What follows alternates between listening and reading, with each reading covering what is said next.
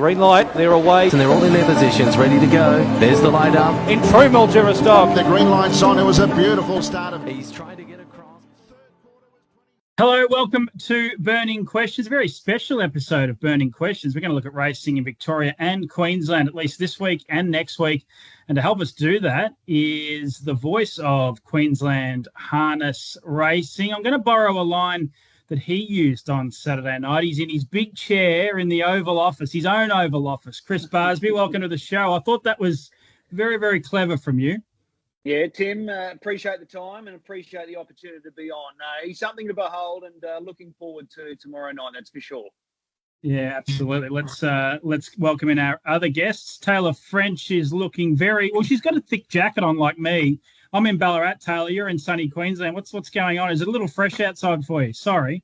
No, it's definitely sunny, but we were lucky we got the apartment that doesn't get any sun, so it's a bit chilly out on the balcony. You're probably enjoying your time on your own. When does the great man Albie turn up? Monday next week, so yeah, it'll be good then. Okay, good stuff. And Andy Gath joins us, gave his best impression of Eminem. Andy, maybe just throw that hood on again for us because you were looking a treat. How's the weather up there? So better than where you are, I'm guessing.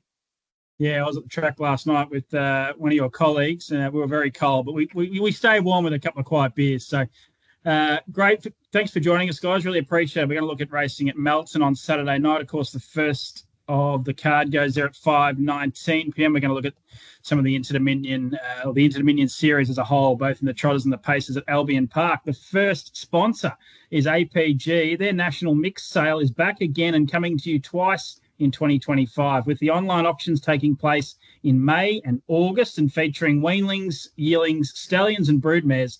These two sales really do have a horse for everyone. Find all the details at apgold.com.au. We're looking at Melton for the first couple. Yam Buckian got half a win last week, so can he keep the picket fence going while the Masters at the creek? Andy, I thought I was quite happy with that rhyming work there. We might start with you. Yam Buckian, he's outside back row this time at Melton in the Novelliar Stud free-for-all. Had a look at the market just before on radio. I think he's around the 240 favourite. How do you see his winning chances? Can he stretch that little picket fence to 4 in a row? Yeah, obviously this preparation, he's racing extra well in the toughest competition each time he steps out. He's the type of horse that can sort of overcome bad draws. He can sort of make his own luck, but we all know outside the back row draw over the short at Melton's never easy. It's pretty tough. So he's racing well. The thing in his favour, a lot of his competition's drawn poorly as well. So obviously he's a winning chance. I think getting to 240 is probably a little bit too short now for him. I think he opened up a little bit bigger. So must have been the driver throwing on early. That sort of shorted him up. But obviously he's a horse that, as we know, he's really strong and he's really fast as well. I know he doesn't seem fast, but he can run a really fast quarter as well. So he doesn't sort of have to be up on speed. He can sort of march home pretty quick as well, depending on the tempo. But, he's probably the one to beat, but I wouldn't take any shorter than 240. Geordie will be instructed to get him up on speed as quick as he can? Well, obviously, yeah. Generally, as a rule, the second quarter is when you've got to make your move in those short races. So, he'll be trucking pretty early in the race, I'd say. Okay, we'll go to you, Chris. Don't expect you to be absolutely right across the form here in Victoria, but you certainly know plenty about these sort of free-for-all customers. Yam Buckian outside back row, he's at 240. Can't find a better man at 380. 480, he's from Heaven. Kiang Tokyo at 5. And the one that I think is going to go around at big odds here, and I'm surprised at the price, 888, the 10 at $9 an each-way quote. It certainly looks a tall order for Yam Bucky, and given the barrier draw set up over the sprint trip, like Andy said, it's never an easy task, whether it's Melton or Albion Park. So when horses draw the outside of the second row over the sprint trip, they need a lot in their favour. Yes, he's in winning form, confidence is high, things are going well, but 240, that seems like rock bottom odds. I like the value about 888. As you said, $9 currently. His past 2 runs have been terrific, and if there is a genuine tempo, he'll find the line. Yeah, well, we're seeing it similar. I'm actually surprised he's at $9. He was on harness.org.au. If you're looking there, like Craig Rails rated him a 350 chance. I thought it was somewhere in that range, $3.50, $4, $4.50. We'll go to you here, Tayla. Just a thought on the free-for-all. It's a good little race. there's certainly been better free-for-alls at Melton before, but this is a good little competitive one. Yeah, definitely. Probably can't top the other two opinions here, but Jan Buckingham is in an absolute purple patch of form. I don't know what's happened since it's come back from Adelaide, where it couldn't itch itself, but it's jumping out of the ground now, and Geordie seems to have a great connection with him. So I don't think the trip or the draw is going to be too concerning for him here, but his main danger is definitely probably Triple Eight. His last two runs have been absolutely enormous, and he's only got one barrier better than Jan Buckingham here, so it's just going to be the right race move at the right time, I guess, that's going to win the race. Andy, just quickly before we move to question 2, in your mind, who's the biggest danger? I mean, are you surprised, for instance, with the price of Triple Eight, given his last couple? Well, I think it might have been last start or the previous start before Triple Eight was unlucky not to beat Jan Buckingham. And, I think, he probably went off there for a little bit, but I think he's back in his, true form, and he's always a dangerous horse, Triple Eight, especially in these free-for-all classes. He's completely overs. Yeah. Let's see if he starts at $9. We might get the burning questions drift. You might get out to $15. Let's see how the punters react to our comments on Triple Eight. Pride's Easy Feed stand as a proud supporter of the harness racing industry with their set recipes and quality ingredients to give the trainer confidence in what they're feeding. So make the switch to Pride's and start getting the result you've been chasing. Andy's got a couple with some tricks. So can one of them win race 6? Andy's got Alrighty in barrier 2 for Jordan Leadham, and also Miss Yo barrier 7 for Chris Alford. I'll hold you to last, Andy. I'll go to you here, Chris. It's an interesting race. I think Thunderstruck's come up as favourite at 220, which I thought was on the flip side to Triple Eight. I mean, Craig's marked him a $7 chance here. I thought he was a $5 shot, so maybe a touch short, but really they can just about all win race 6, I think. Yeah, certainly looks an open race. There's no doubt about it. And he's got the 2 runners. I'll be interested in his thoughts very shortly here, because Miss Yo, she just got it all wrong there last time out, just refused to score up, basically, and then took no competitive part. She's been back to the trials. Alrighty's probably the omen bet here. Raced by the Heelys. It's Inter Dominion time. It's trotting championship time. I think that sort of marries up well here. Winning form, won 2 of its last 4. Its overall record's good. Comes up with a good draw. Geordie probably had the choice here, so I think there might be a lead. So I think Alrighty might be the way to go in race 6. Okay, Alrighty for Chris Barsby. We'll go to Tayla French, who looks like she was swiping some messages away, or maybe having a bet while we're here. I don't know what you're doing, Taylor, but can you find us the winner, race 6 on the card at Melton, second leg of the main quaddie, 8:07 p.m. Yeah, I'm with Alrighty here as well. I'm with Chris. I think Geordie might have had the choice out of these 2 drives, and he's elected to drive the 2 here. And it's in really good form at the moment. It's probably not too much of a step up to what it won last start. It's got, obviously, there's a few other handy ones in it. Sebastian's Boy that, he's hit and miss when he puts his right foot forward. He's a good horse, but he's, pretty optimistic as to what behaviour he chooses to do. So, I'm with Alrighty. Okay. Alrighty for Chris, alrighty for Taylor. We'll go to Andy. Andy, writing this question, obviously had to make it rhyme. I wasn't sure if Alrighty actually had any tricks, but I'm sure Miss Yo does. So, give us an opinion on both your runners, please. Yeah, obviously, Alrighty, this is what suits him. Short course race, good barrier draw. I think he's won most of his races over the short distance.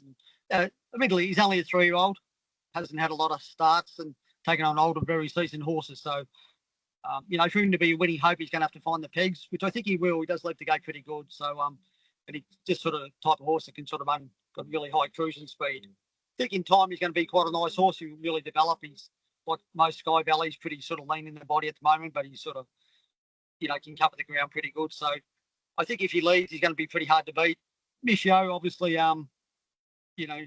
that's one of her tricks. Her best trick at home is not getting on the track to work her. And even when we trialled her the other day, I had trouble getting on the track. So, she's got a fair share of ability. She works like a really high-class horse at home. So if, Papa can get her away, I think, she'll be right in the race. She has got a fair amount of ability and has got a winning hope as well.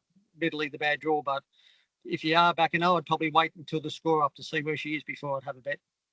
Yeah, a bit like Imperial Command, maybe, Andy, last Friday. Hey, just back on Alrighty quickly. I didn't think was a certainty that you'd get the pegs. Thunderstruck can get out well. I thought they might take a sit. Happy to take a sit on you, but I guess this field looks, certainly winnable given the way he went last week. But I reckon from memory, you didn't have a horse the ability of Thunderstruck probably on your back.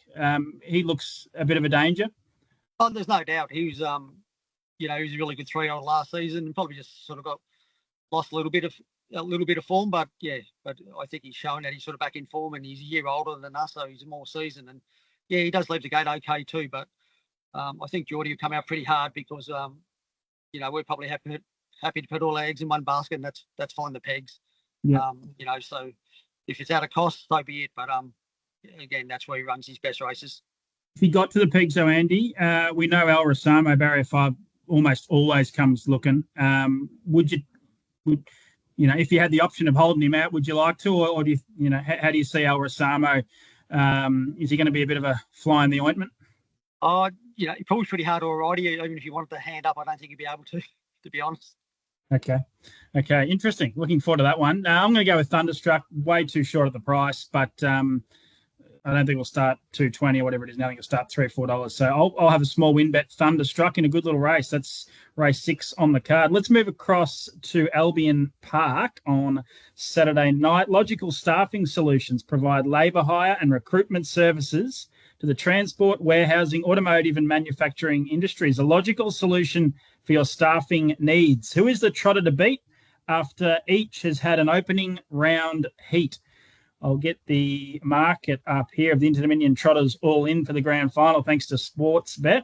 RC Phoenix at 260, Bet and Win at 260, 450 Oscar Bonavina, Gus at 650, Not As Promised 13, London to a Brick 21, Golden Sunset 34. There he is, Parisian Artiste 34. That seems big odds for Parisian Artiste. I will start with you here, Chris. These horses, this form, this series, as well as anyone.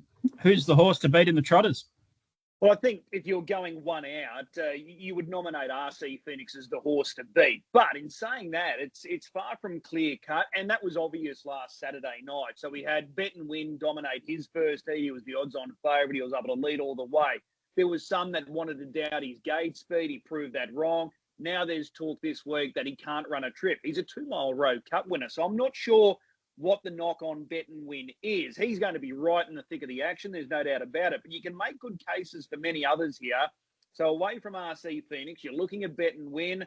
London to a Brick basically has to win tomorrow night to guarantee himself a spot in the final.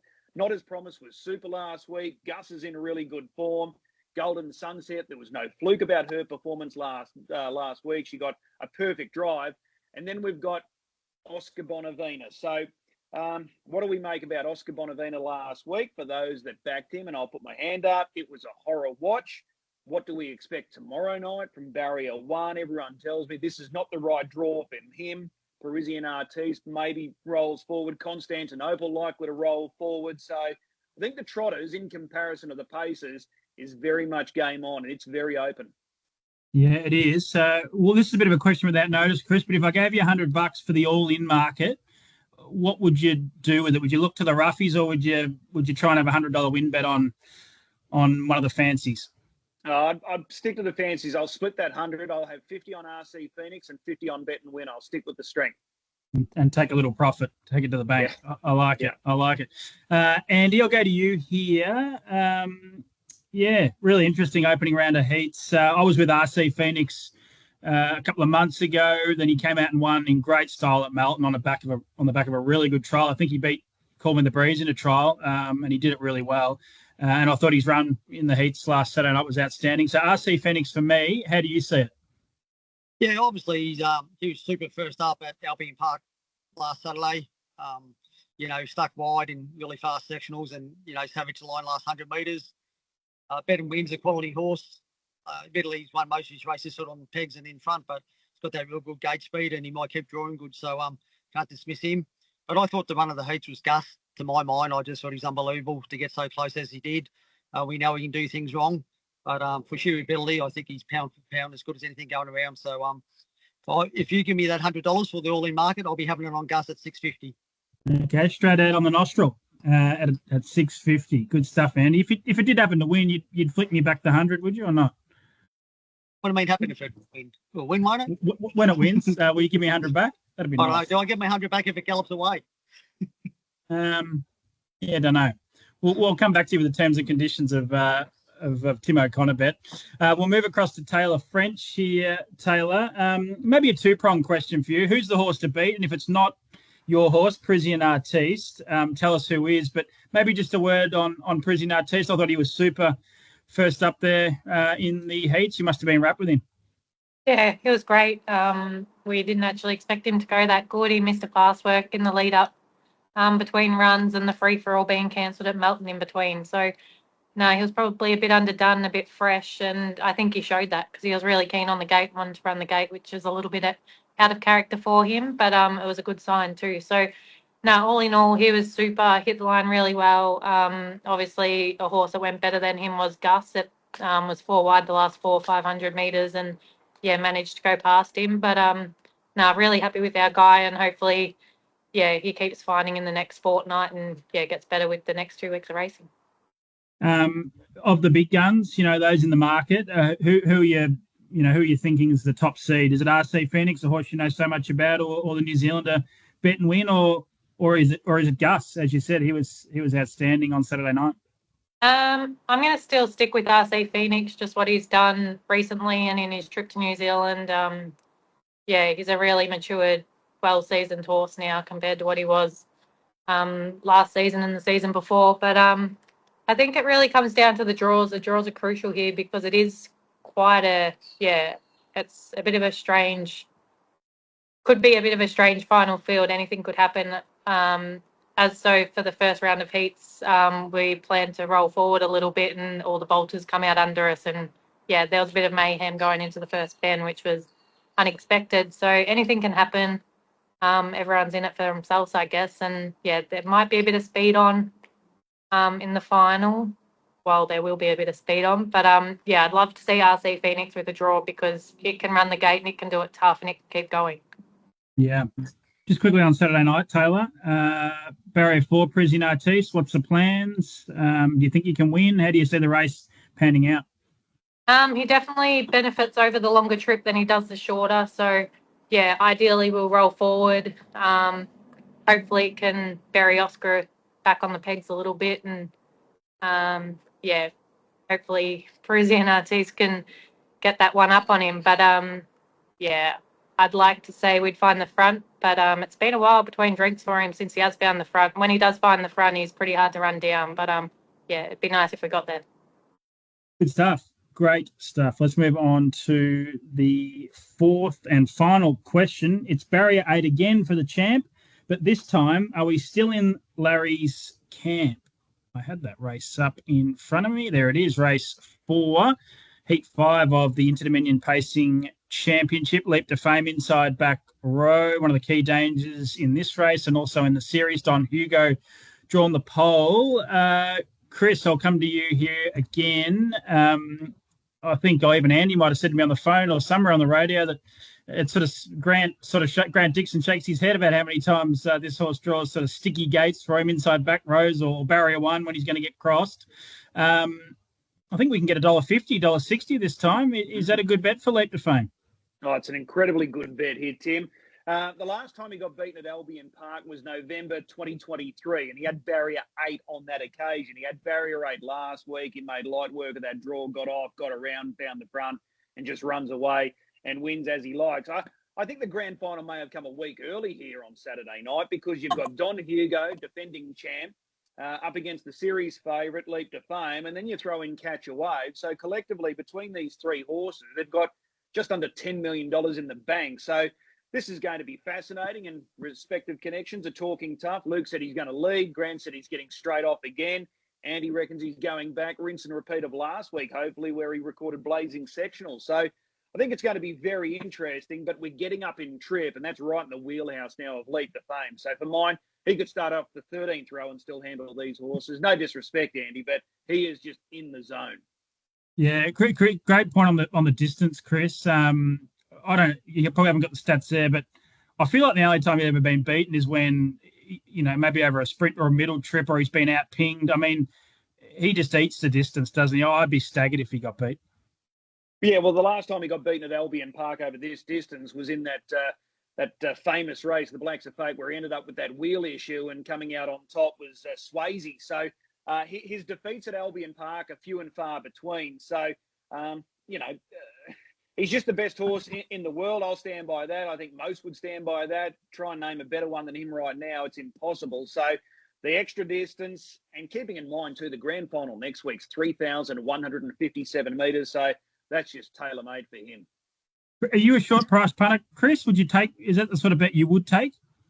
I'm not normally, Tim, but I think that's tremendous value. So I think you're right. I think $1.60 was being shopped earlier in the week. So that's really good value for a horse that's in such dynamic form. And do you think he starts much shorter than that, as they score up? Or what are you thinking? Yeah, I probably will say that he's got this huge following. And once punters work out that he's racing and that he's engaged to race, they get around him. And we've seen it time and time again, just in the last 12 months, where he's got this massive following, not only here in Queensland, but across the country now. The punters want to back the good horses, and he's the number one horse in the country. People like to bet on him. And it's even interesting when you see him race at Albion Park. You'll get this influx of people that'll turn up. They'll get right down to the fence. They'll get as close as possible to him. And as soon as he goes out, does his business, and he's out of sight back in the stables, those people just disappear. And that'll probably happen again on Saturday night. So he's got this huge following. So I think he will start a little bit shorter than that quote right now. Yeah, okay. Good point. Well, maybe those people that do get down to the fence, Chris, could maybe go back into the stables. Andy Gath would treat them to a little tour of his horses, including his champ, Catch a Wave. Andy, firstly on your horse, let's just start with Catch a Wave. He got me at Melton on Saturday night prior again, but he was absolutely outstanding, I thought, in the first round of the heats. You would have been wrapped. Yeah, there's, he had tempo against him and coming wide too. So he did have it to line, and it was a brutal last half that, not many horses can break 53 home. So, yeah, no, it was a terrific run, and, it's no easier this week. We're taking on two absolute superstars in Don Hugo and Leap to Fame, and, yeah, we're drawn awkwardly. So, obviously, if we can sort of finish in the top 4 or 5 and qualify, we'll be more than happy. And just onto the battle, well, I guess the question around Leap to Fame, like, if your horse wasn't in this race and your position in the race was occupied by another horse, do you think he's a good bet, Leap to Fame? Like, is he just going to win this race, or are you concerned or think Don Hugo's going to give him a real shake, or one of the other runners in the event? No, I agree with Chris. I just think he'll get the job done. Every time I watch him, he does most times, and it was refreshing to see him get beat during track work during the weeks. But I'm not sure Grant pushed him that hard, but he did come out in the second heat. So so it just gives him a defeat every now and then. I think this just sharpen him up. But no, he's as good a horse we've ever seen. You think he's tired, and he just finds another gear, and he just keeps soldiering on, and he just leads up this distance. Luke's horse is a great horse. Don Hugo, we know how good it is. He's Miracle Mile winner, Inter Dominion winner, defending champion. But yeah, Leap to Fame's just better in my mind. And yeah, I think $1.60 is pretty good value, and he's probably sure to win the final, I'd say. Well, he is. Oh, yeah. He is. No, he is for sure. $1.20 or something. I think I saw $1.15. Yeah, that's a good point. Before you see $1.60 again. Well, that goes to the point. There might be some big bets. You quite often say there might be some big $10,000, $20,000 bets. Because you actually can back him, Chris. Like, he's backable this time because he hasn't been backable for a while, from memory. Yeah, that's for sure. And the other key point out of this race, so if he comes out and dominates this race on Saturday night, where he's got to go up against Don Hugo and Catch a Wave, what does this mean for the final? Because as you said, he's about $1.20 or $1.15. We're looking at the shortest price favourite in Inter Dominion history if he wins on Saturday night, because I don't know how much shorter he can be. Does he start at $1.08, $1.04? I'm not sure, but it's tremendous value this Saturday night, given what's coming up the following week, where he's even shorter to win the grand final. Yeah, and I mean, you would think just by the way, if you're looking at sort of random odds, he's gone 8-8. Surely he's going to draw something nice, isn't he? Yeah, he's just going to. He's got to get a front row draw somewhere along the series. He can't keep drawing the second row, in particular the inside of the second row. So surely a front row draw is coming up on Sunday. Yeah. Just one question to you, Chris. Sorry. Any chance Don Hugo could get crossed? Like a road was pretty quick last week, I thought, or Yeah, I think Eroda definitely goes forward, but I think Don Hugo's sharp enough from the inside to lead. And keeping in mind, too, I think this is going to be a great tactical battle between two master tacticians here. Luke McCarthy states Albion Park is still his favourite track. Grant Dixon knows Albion Park better than anyone. So two masterminds at work here from interesting draws, but I'm certain Don Hugo leads, but I'm expecting Eroda definitely to push forward at the start. Yeah. One more. I'm going to you, Taylor, in a second. One more, Andy. This is, if you don't know the answer, can you go and find it? Who beat Leap to Fame in track work, just quietly? I don't think it's I should be saying. Not one of your horses? No, it wasn't. But yeah, they did work 2 heats. When they totally did win in the second heat. But yeah, I was just watching from a distance, just curious. When you are on and you've placed your bet, could you let us know then? Yeah, I'll show you the ticket after the race. Good stuff. We'll try and get that information at some point. Taylor, we'll go to you here. Leap to Fame inside back row. Does he just win, or are you seeing some vulnerability here on Saturday night? No, I think it definitely just wins. Yeah, there's no doubt whatsoever of Grant getting off the fence early. He just does it so naturally. I don't know, like a couple of times you think he's going to get blocked in and so forth, and he just ends up getting off so easily. So, yeah, I think the rest of the field could start now and he'd still beat him home. Just watching him at the top of the straight last week and it's quite scary actually how much go he's got and just does it so easily. So I don't really see anything beating him now or next week. Yeah. No, I think we're all in that camp. The big question, Tim, is Andy Gath. Can he qualify? He brought up 3 paces for this series. He's a chance of qualifying 2. So Catchaway got really good points there last week. Tango Tara picked up a bonus point. So he's right on the cusp. Qualify 2 paces for the grand final next week. That's the challenge. Andy? Well, I hope so. Yeah, I think Tango Tara's draw, probably helps him being on the fence. And, he savaged the line last week and he's going career best form. And, he's got the week off the heats, obviously. So it's all dependent on what the other horses do. But looking at the field, you think the horses that have already got points ahead of him are going to get points again. So it's the ones that behind him that have to leapfrog them, both of them. And your top seed's not even in Queensland. I mean, he's going around at Melton. No, that's it. Left hand back home. Racing's funny though, isn't it, Andy? We spoke the day after Catchaway's first up run. You were at Cranbourne, I think, getting ready for a race. And I must admit, you were pretty downcast about the whole series. I mean, you weren't even going to go, were you? No. Things have changed quickly. Chris got a text message off me and I wasn't coming. I was staying. Then I walked outside and saw how cold it was. So I loaded up and headed up north. Yeah, that's right. Twice this year, Tim. Twice he's been to Queensland in a matter of months. So we've been very fortunate this year. So I'm still trying to work out why he didn't compete in that marathon like Kate did last week. Maybe he was busy like me, mate. It might have had radio commitments. I was going to do it, but the radio commitments came up and I just couldn't get out there. I done more miles than Kate. I was at the 30-kilometre mark, handle waters, had to go everywhere and handle water all the time. It's funny how that spot where you stood was just out the front of one of those sports bars. You must have been in and out just watching Kate. But you weren't even going to stay, Andy. You were going to, even if you were going, you were going to come back and help out Geordie. But, yeah, you've left them to their own devices. They put the weather on for me. Yeah. Sharps Bakery Best Bets segment. Chris, what was your record when you were last on? How did you go? Did you find a winner?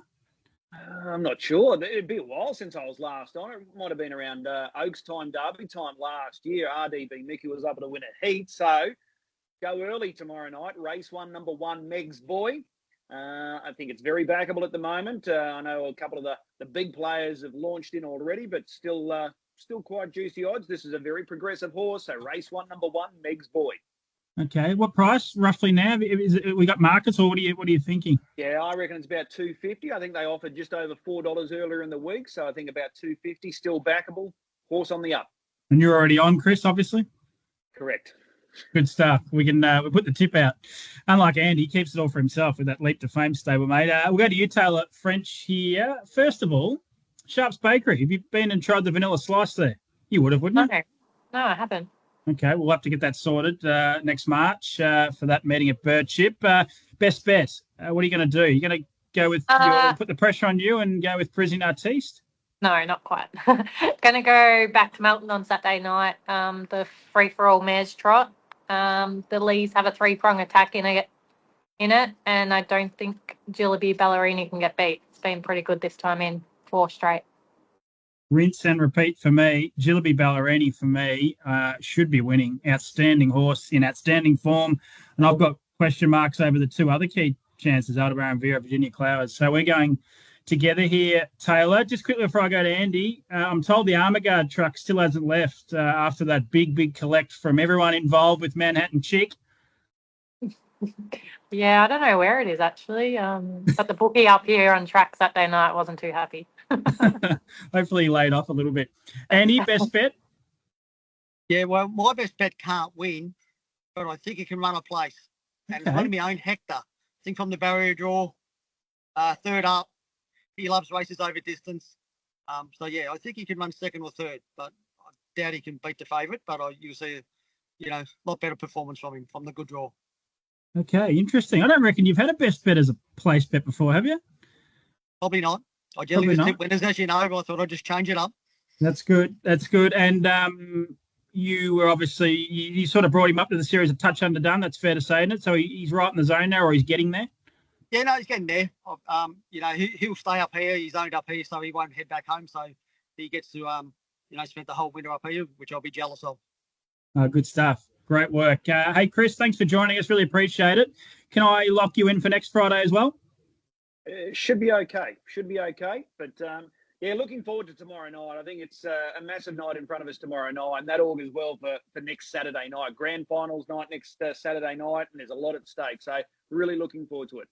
Good on you. Taylor, go well Saturday and the week after in the final, hopefully. Thank you. Good luck to you, Andy. Thank you. That's been Burning Questions, July 11. Catch me for all the coverage of Melton on Saturday night. I'll be back next Friday with another edition of Burning Questions. Green light, they're away. And they're all in their positions, ready to go. There's the light up. In true Mildura stock. The green light's on. It was a beautiful start of. He's trying to get across.